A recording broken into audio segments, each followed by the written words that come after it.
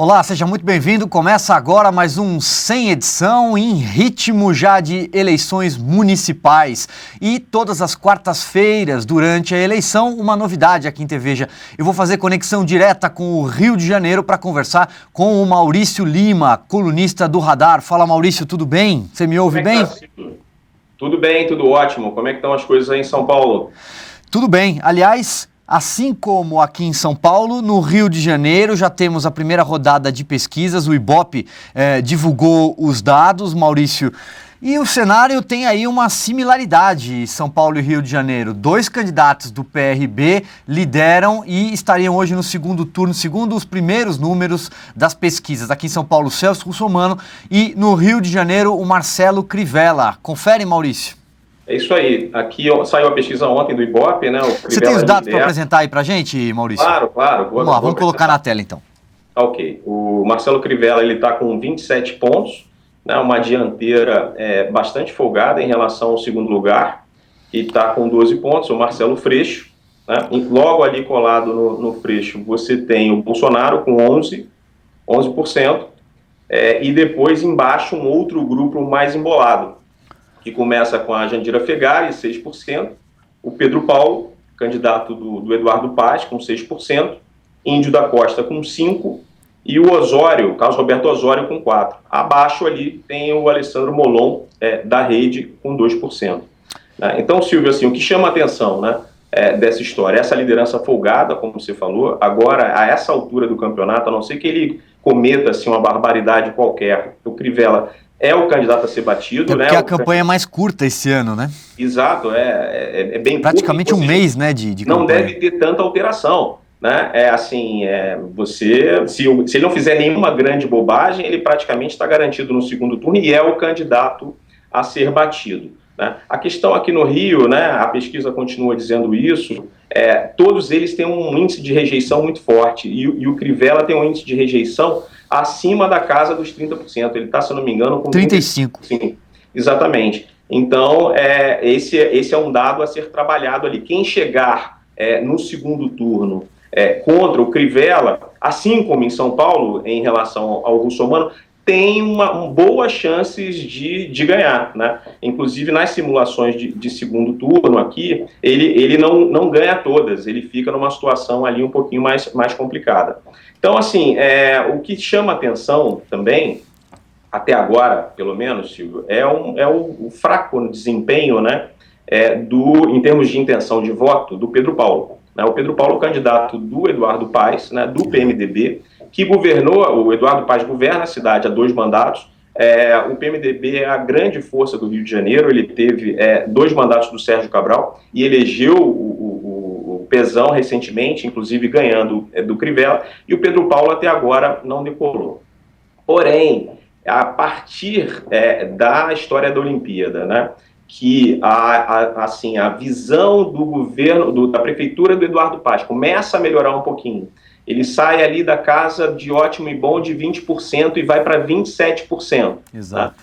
Se você tiver uma transferência desse ótimo e bom para Pedro Paulo, alguma coisa ali na casa de 2% disso, ele iria para 18%, mais ou menos, ele já chega no segundo turno, né? Então, assim, eu imagino que a candidatura do Paes, essa altura, a grande questão é como é que a gente vai fazer 2 coisas. Primeiro, seria bom aumentar ainda mais o ótimo e bom do prefeito, né? Algo que eu imagino naturalmente aconteça. E o segundo é como transferir, né, esse ótimo e bom para o Pedro Paulo. Pois é, Maurício, até que ponto a Olimpíada foi boa pro Eduardo Paes e, consequentemente, pro candidato dele, pro Pedro Paulo? No final das contas, as coisas deram certo. O Rio acabou sendo elogiado, inclusive, lá fora, né? As pessoas viram que os grandes problemas, ou pelo menos, é evidente que tem um ou outro ponto, algumas questões para um evento de tamanha complexidade, são até aceitáveis, né?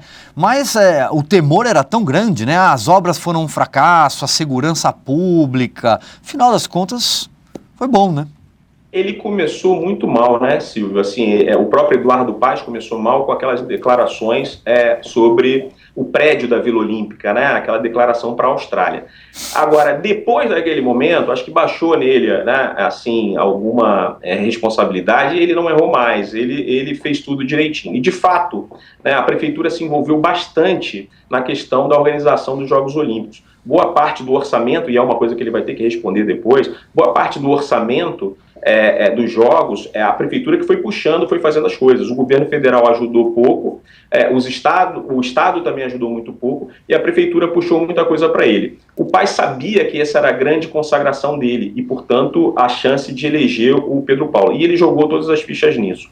Eu acho que ele vai se beneficiar disso, tá, Silvia? Porque você tem aí um legado para a população, especialmente na parte de transporte, que é palpável, é visível, né? Você teve a expansão de uma linha do metrô que não acontecia aqui na cidade do Rio há muito tempo. Então, hoje é possível sair ali da Zona Sul e ir até a Barra, né? Passando por Ipanema e Leblon. Pois é, a gente falava disso, inclusive, pouco antes de começar o programa, que algumas obras, você até me explicava que não é nem exatamente obra, mas o serviço de mobilidade vai funcionar melhor. Alguns ajustes serão feitos a partir de agora, não é?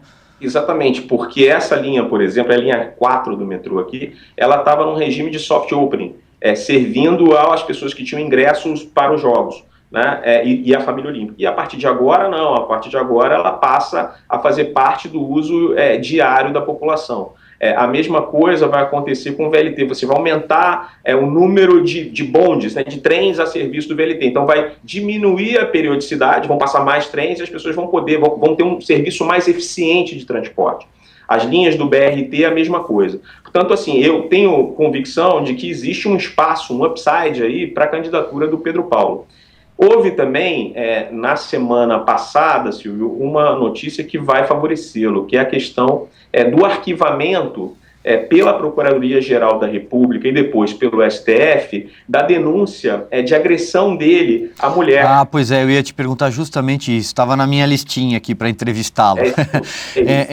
Como é que está essa questão da agressão à mulher? Ele foi inocentado, né? Assim, a Polícia Federal arquivou o caso, a Procuradoria arquivou o caso, o STF arquivou o caso. O perito mudou a versão, porque na versão inicial ele tinha feito uma agressão e a mulher tinha perdido um dente. Depois o perito disse que não aconteceu isso, ele constatou uma falha no dente dela e confundiu dizendo que o dente tinha saído. Isso ajuda muito o discurso dele, ele ganhou um discurso, ele falou assim, olha, não foi bem aquilo que aconteceu, o que aconteceu foi que eu me defendi, né? E aí ela se machucou, que era algo que ele vinha dizendo desde o começo. E ela própria passou a corroborar essa tese. Entendi. Né? O que ajuda muito ele em termos de discurso, pelo menos. Eu acho que ele vai perder voto na Zona Sul do Rio de Janeiro, assim, nos formadores de opinião. Não vejo o Pedro Paulo tendo uma grande votação, assim, porque as mulheres têm um grau de informação aqui. Os adversários estão usando isso, Maurício? A campanha na TV ainda não começou, começa na sexta-feira, mas os rivais, de alguma forma, têm usado esse discurso da agressão à mulher? Ainda não. Ainda não usaram, Silvio, mas eu não tenho dúvida nenhuma de que no decorrer da campanha vão usar. Inclusive nas redes sociais, né? Ali na rede social tem uma tradição de fazer uma campanha negativa muito forte, né, em relação aos seus adversários. Você solta as coisas ali e reverbera com muita facilidade. Então não tenho dúvida nenhuma de que ele vai responder muito por isso. Né? Ele não deve ter, na minha visão, muito voto aqui entre as mulheres da Zona Sul. Né, com um pouquinho mais de informação, um pouquinho mais de formação também, mas imagino que ele tenha votos em outras áreas da cidade, enfim, que ele tenha, de alguma forma, com toda essa sequência de instituições chancelando a inocência dele, que ele consiga recuperar, tenha discurso para recuperar o eleitorado. Aqui no Rio, Silvio, tem uma divisão que é o seguinte, que fala-se muito em vermelho e azul. E aí não tem a ver exatamente com PT ou anti-PT, não é isso, ou esquerda e direita. Né? É uma questão geográfica. Tá? Tem o eleitor azul é Zona Sul, Barra da Tijuca, Grajaú, Grande Tijuca. Né? E o eleitor vermelho são as favelas, as periferias, então Campo Grande, Bangu e outras áreas. Né? A tese que se coloca aqui no mercado eleitoral do Rio de Janeiro é a seguinte: você precisa ter o domínio de uma faixa inteira, ou vermelho ou azul, e conseguir entrar um pouquinho na outra, né? Hoje, o candidato que vai muito bem no vermelho é o Crivella, né? O Pedro Paulo tem um posicionamento bom no vermelho, mas falta ali o azul. Se ele tivesse o azul, e o azul iria para ele naturalmente se não tivesse esse probleminha da agressão à mulher, probleminha também entre aspas, né? Ele seria um candidato muito forte no azul, pelo legado do Eduardo Paes, por tudo aquilo que eles fizeram, e fizeram uma boa prefeitura, é verdade, o Pedro Paulo foi importante ali também nessa prefeitura, e por todo o legado olímpico, o momento seria maravilhoso. Mas, como mostra a pesquisa, isso ainda não aconteceu. Ele está lá embaixo com 6%. Nesse momento, sequer iria para o segundo turno. A campanha é curta, como você disse. Ele tem um marqueteiro muito bom, que é o Renato Pereira. O Renato Pereira ganhou todas aqui, com o Cabral 2 vezes, com o Eduardo Paes 2 vezes e com o Pezão. O Aécio até namorou ele em 2014, acabou não fechando. O Renato vai saber trabalhar isso. A questão vai dar tempo? Né? Porque isso, são 40 dias, diferente, curto. As regras mudaram, vamos ver o que eles vão fazer. Tá? Eu ainda acredito que sim, eu acho que ele tem espaço para crescer. Ele vai brigar ali com o Osório, com o Índio da Costa, que naturalmente são os candidatos que esse eleitor azul iria escolher, né? Então vamos ver o que vai acontecer nos próximos dias. O debate é importante, a gente vai ter um debate aqui amanhã. Exatamente, era o próximo tema que eu queria conversar contigo, Maurício, porque em outra similaridade entre a eleição no Rio de Janeiro e a eleição aqui em São Paulo, há um candidato do PSOL competitivo. Aqui em São Paulo, a ex-prefeita Luísa Erundina está bem ranqueada, pontua bem nas pesquisas, mas ficou de fora do debate realizado pela Bandeirantes nessa semana, o primeiro debate. O motivo é que a legislação eleitoral tem ali um recorte de 9 cadeiras, 9 deputados eleitos. Se o partido não elegeu 9 deputados, o candidato não é obrigado a participar do debate. A emissora não é obrigada a convidá-lo. No Rio de Janeiro, Marcelo Freixo pontua 12% no Ibope. Como é que está essa questão do PSOL participar ou não do debate aí no Rio? E, aliás, tem o Molon aí também, né? Porque a rede deve estar com a mesma situação, né? Sem dúvida. O Marcelo Freixo não participará do debate, o que é uma pena, né, assim, em termos de esclarecimento para o leitor, né? Independentemente da situação política dele, das ideias que ele defende e tal, esse é o momento que as pessoas têm para compará-las, né? E ele está muito bem posicionado. Eu imagino que assim, você tem um percentual importante do eleitorado que vai ficar sem as explicações. Na verdade, todo o percentual todo o eleitorado vai ficar sem as explicações dele, mas a própria pessoa que está votando nele, para ter certeza, para não ter, para questioná-lo, né, também vai ficar sem essa informação. Eu acho que, entendo sim, claro, a legislação, mas no final das contas vai ser pior para o conteúdo final das propostas que precisam ser analisadas, né, de todos os candidatos, para você comparar, né? Por que você faz um debate, né? Para que você dê voz a todos e para que todos digam ali suas ideias e para que o eleitor, no final das contas, escolha o que melhor se saiu, nem melhor saiu, aquele que ele acha que vai sair na cidade, que defendeu as melhores ideias para a cidade. O Freixo, a exemplo aí do que aconteceu com a Luísa Erundina, não participará, acho que perdem todos. Né? Não tem um saldo positivo a não participação dele. Não vejo quem possa se beneficiar com isso, até porque ele sai com um discurso também contra os seus opositores, contra aqueles que não quiseram que ele participasse. Ele vai dizer, olha, não queriam me ouvir, estão com medo de mim, não querem deixar, esse não é um debate democrático. Isso, evidentemente, não ajuda em nada, né, o debate político e o debate democrático. Maurício, diferentemente de outras capitais e das grandes capitais, o Rio de Janeiro não tem um candidato do PT. Aqui em São Paulo, o prefeito é do PT, em outras praças também ocorre isso. de você ter um candidato tendo que arcar com o antipetismo, com todo esse desgaste que o partido sofre por conta da esfera federal, de todos os escândalos e etc. E de não ter, por exemplo, figuras como o ex-presidente Lula, que já foi o maior cabo eleitoral do Brasil em qualquer eleição, até eleição para síndico de prédio. Eu pergunto aí para você, como é que está essa questão do antipetismo, de figuras como o Lula serem usadas ou escondidas em campanha? O Rio de Janeiro não tem essa figura do candidato do PT, né? Mas de alguma forma isso está aparecendo na campanha, dá para ser sentido? Assim, a ausência do PT aqui no Rio é histórica, ela começou lá atrás. O PT tinha um candidato próprio a uma prefeitura, era Vladimir Palmeira, e aí a direção nacional do partido chegou e falou, não vamos fechar, não vai ter candidato próprio, nós vamos apoiar, né, uma outra coligação. O Rio de Janeiro acabou se tornando um lugar diferente do Brasil em termos políticos, né? Porque você tinha em nível nacional 2 projetos de poder muito sólidos, do PSDB e do PT, e aqui nenhum dos dois ficou muito forte. Aqui você tem essa questão aí do PMDB, né? Do Rio, Cabral, Eduardo Paes, enfim, e de outro lado a Igreja Evangélica. Aqui você tem um percentual de eleitores evangélicos muito alto, acho que talvez o maior do Brasil.